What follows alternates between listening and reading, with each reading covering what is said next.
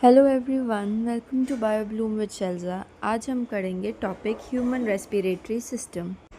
इसमें हम समझेंगे ड्यूरिंग द रेस्पिरेशन जो हम एयर इनहेल करते हैं उसका क्या पाथवे होता है, किन किन जगहों से होकर वो लंग्स तक पहुंचती है। तो स्टार्ट करते हैं। सबसे पहले जब हम एयर इनहेल करते हैं तो वो करते हैं वाया एक्सटर्नल नॉस्ट्रिल्स। ये एक पेयर होती है, ये विजिबल होती है हमारे नोज़ पर। जो ओपनिंग्स दो प्रेजेंट होती हैं उन्हें कहते हैं एक्सटर्नल नॉस्ट्रिल्स या nares. Above the upper lip ये प्रेजेंट होती हैं।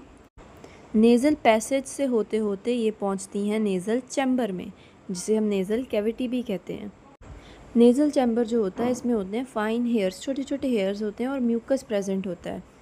उसके बाद जाता है एयर इंटरनल नॉस्ट्रल्स में।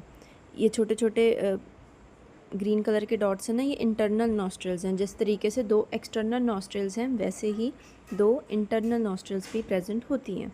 वो हमें दिखती नहीं है क्योंकि वो अंदर की साइड होती हैं। उसके बाद जो एयर है वो रीच करती है फेरिंक्स तक। फेरिंक्स क्या है? ये वाला पार्ट जो है ये फेरिंक्स है।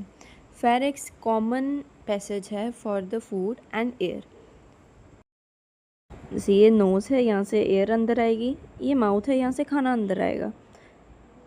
तो ये है फेरिंक्स, तो यहाँ से एयर भी अंदर जा रही है और खाना भी अंदर जा रहा है। तो ये क्या हो गया? कॉमन पैसेज है फॉर फूड एंड एयर। उसके बाद आता है लैरिंक्स। फेरिंक्स के नीचे, फेरिंक्स के बाद लैरिंक्स आता है, जिसको कि हम साउंड बॉक्स या फिर वॉइस बॉक्स भी कहते हैं। इसमें वोकल कॉर्ड्स प्रेजेंट होती हैं जिनकी वाइब्रेशन से साउंड प्रोड्यूस होता है। अब लैरिंक्स जो है 9 कार्टिलेजेस से मिलकर के बना होता है। इसकी एक कार्टिलेज अगर देखें तो उसका नाम होता है एपिग्लॉटिस। अब एपिग्लॉटिस क्या करता है? कवर करता है ग्लॉटिस को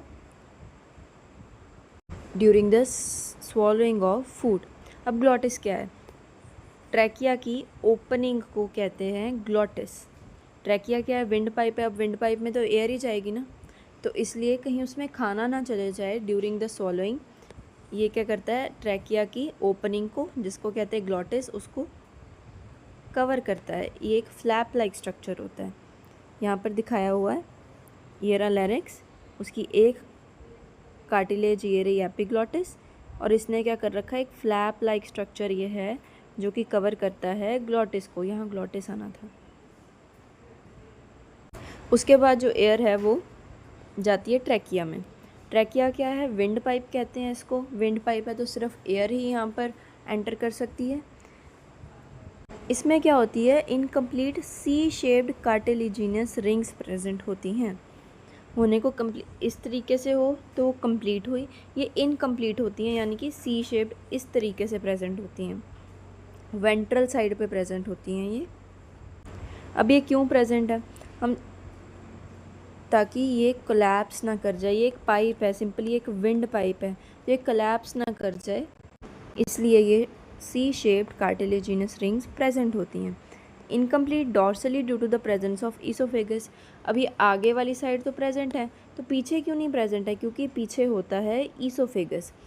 यहाँ पर देखिए, ये वेंट्रल साइड, वेंट्रल होती है अगली वाली साइड, जिस साइड की तरफ मुंह है वो होगी वेंट्रल साइड, और पिछली साइड होगी डॉर्सल साइड। तो यहाँ पर ट्रैकिया कहाँ है? वेंट्रल साइड पे प्रेजेंट है, और वहीं ओइसोफेगस कहाँ है? डॉर्सल साइड पे प्रेजेंट है। तो ट्रैकिया की अगली वाली साइड पे इस तरीके से C shaped cartilaginous rings present होती हैं फॉर द प्रोटेक्शन कि कोलैप्स ना कर जाए ट्रैकिया। और पीछे उसको ज़रूरत नहीं है क्योंकि ये ट्रैकिया है, साथ में उसके डॉर्सल साइड पे क्या है? ईसोफेगस है। तो ट्रैकिया वेंट्रल पोजीशन पे होता है और ईसोफेगस जो है वो डॉर्सल पोजीशन पे होता है। ट्रैकिया के बाद एयर जो है वो जाती है प्राइमरी ब्रोंकाई में। प्राइमरी ब्रोंकाई से जाती है सेकेंडरी ब्रोंकाई में, फिर टर्शरी ब्रोंकाई, उसके बाद इनिशियल ब्रोंक्यूल्स में। इनिशियल ब्रोंक्यूल से फिर जाता है टर्मिनल ब्रोंक्यूल्स तक। रेस्पिरेटरी ब्रोंक्यूल्स के बाद एंटर कर जाती है लंग्स में। लंग्स के किस पार्ट में? एल्वियोलर डक्ट में आती है सबसे पहले, उसके बाद एल्वियोलाई में। एल्वियोलाई ये सैक लाइक स्ट्रक्चर्स हैं, फूले हुए बैलून्स की तरह होते हैं ये। तो एंड में एयर जो है वहाँ पहुँच जाती है, उससे आगे फिर डिफ्यूजन होता है, वो जाकर के कैपिलरीज में जाती है, फिर आगे जाके वो, तो रेस्पिरेटरी पैसेज में एंड में जाके एयर कहाँ पहुँची, एल्वियोलाई में पहुँची। यहाँ से फिर आगे एक्सचेंज होता है गैसेस का। O2 जो है डिफ्यूज़ कराया जाता है ब्लड में, और CO2 जो है वो वापस एल्वियोलाई में आ जाता है। अब हमने जो पढ़ा था कि C shaped cartilaginous rings present होती हैं, तो वो सिर्फ ट्रैकिया में ही प्रेजेंट नहीं होती, वो देखेंगे ट्रैकिया से प्राइमरी ब्रोंकाई में भी प्रेजेंट होती हैं, सेकेंडरी में भी होती हैं, टर्शरी में भी होती हैं, टिल इनिशियल ब्रोंक्यूल्स तक प्रेजेंट होती हैं। बस इतनी में ही C shaped cartilaginous rings, incomplete cartilaginous rings present होती हैं। टिल एंड तक प्रेजेंट नहीं होती, सिर्फ इनिशियल ब्रोंक्यूल्स तक ही होती हैं।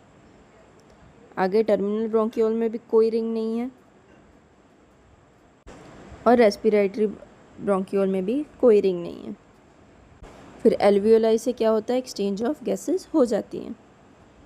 एक और पॉइंट है कि जो ट्रैकिया है, ट्रैकिया डिवाइड करता है at the level of 5th thoracic vertebrae into first bronchi.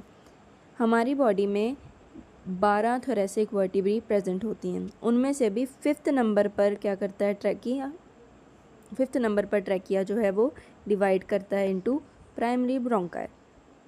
उसके बाद आता है कि एक्सटर्नल नॉस्ट्रिल से लेकर के टर्मिनल ब्रोंक्यूल्स तक ये जितना पूरा का पूरा जोन है, इसे कहते हैं कंडक्टिंग जोन। क्यों कहते हैं ये हम समझते हैं। और रेस्पिरेटरी ब्रोंक्यूल से लेके एल्वियोलाई तक आता है, इसको कहते हैं एक्सचेंज जोन। अब इसे एक्सचेंज जोन क्यों कह रहे हैं वो तो साफ साफ पता लग रहा है, एक्सचेंज ऑफ गैसेस होती है, इसलिए इसे एक्सचेंज जोन कहते हैं। देखो रेस्पिरेटरी सिस्टम के 2 जोन्स हो गए, कंडक्टिंग जोन और रेस्पिरेटरी जोन या एक्सचेंज जोन। कंडक्टिंग जोन कहाँ से स्टार्ट होता है, एक्सटर्नल नॉस्ट्रिल से लेकर के टर्मिनल ब्रोंक्यूल्स तक ये होता है। और एक्सचेंज जोन में क्या आता है, एल्वियोलर डक्ट्स आते हैं, एल्वियोलाई आता है, रेस्पिरेटरी ब्रोंक्यूल्स आते हैं। अब इसको कंडक्टिंग जोन कहते क्यों हैं, तो इसके फंक्शंस देख लेते हैं, उससे ही पता लग जाएगा क्यों कहते हैं। सबसे पहला है ह्यूमिडिफिकेशन ऑफ एयर, एयर को ह्यूमिडिफाई करना। कई बार हम इस कंडीशन में होते हैं कि जो एयर जो होती है वो बहुत ही ज़्यादा ड्राई होती है, तो ड्राई एयर को ह्यूमिडिफाई करना, एयर को अपने बॉडी टेम्परेचर पे लेके आना। अब गर्मियों में लू चलती है तो कितनी गर्म हवा होती है, तो उसको ठंडी करके बॉडी टेम्परेचर तक लेके आना, और सर्दियों में जो ठंडी हवा होती है उसको भी थोड़ा सा वार्म करके बॉडी टेम्परेचर तक लेकर आना। ये सारा काम होता है कंडक्टिंग जोन में। ट्रैप करता है डस्ट पार्टिकल्स को, जो छोटे छोटे हेयर्स बताए थे नेज़ल पैसेज में प्रेजेंट होते हैं, वो क्या करते हैं, डस्ट पार्टिकल्स को ट्रैप कर लेते हैं और एयर को लेके जाते हैं रेस्पिरेटरी जोन तक। वो तो अंडरस्टूड ही है, इसलिए इसे कंडक्टिंग जोन कहा जाता है। एक्सचेंज जोन का क्या फंक्शन है, ये एक्सचेंज ऑफ गैसेस कराता है। तो ये था पूरा ह्यूमन रेस्पिरेटरी पैसेज, एयर कहाँ कहाँ से होकर के लंग्स तक पहुँचती है। I hope you understand it well. For more such videos, like and subscribe to BioBloom with Shelza. Thank you so much for watching.